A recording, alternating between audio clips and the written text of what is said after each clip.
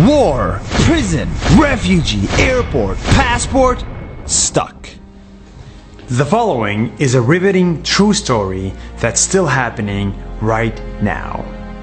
It's the story of a guy who has been living in an airport terminal on the floor for 6 months with no way of getting out.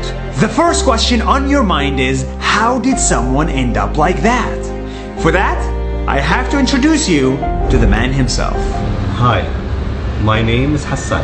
Hassan is originally from Syria. Before the war started in Syria, Hassan had a nice job, a nice life, a nice apartment, living in the United Arab Emirates. But all of a sudden, A war broke out in my country.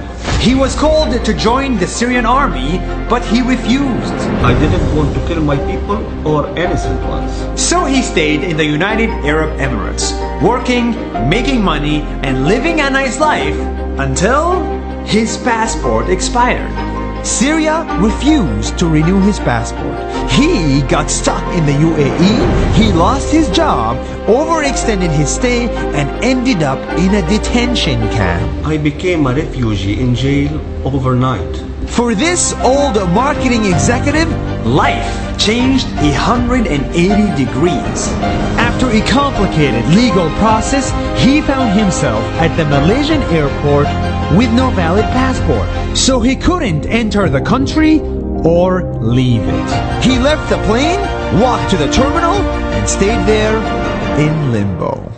He had two options ahead of him. Go home to Syria and be thrown in jail, Or option two, live in this airport. so he chose option two. For 180 days, Hassan has not left the terminal. He has not had a breath of fresh air. He has not had a comfy bed. He has not had a warm shower, because this is how he showers: in cold water at the disabled people's bathroom. This is like the ice bucket challenge every day. He eats 3 airport meals every day. And I'm getting sick of it. It's the same meal every single day. And spends 24 hours every day stuck in a lonely airport. Every day is harder than the previous one. All because he didn't want to join a dictator's army.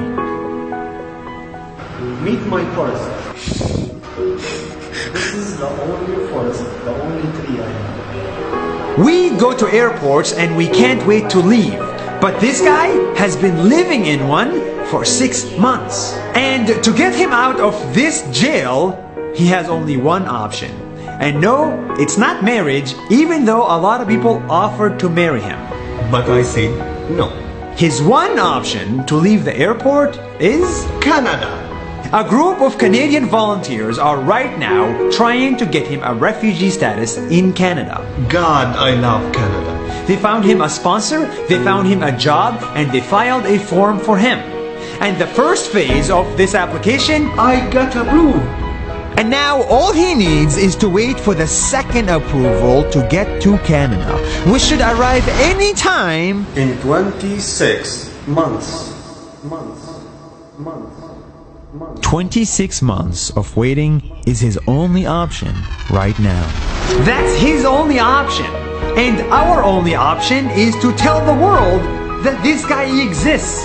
That there is a guy who's living in Terminal 2 in Kuala Lumpur behind an escalator with no bed, no shower, no freedom, and no future.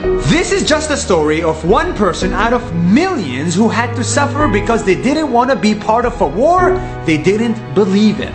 Life is all about having a strong belief system.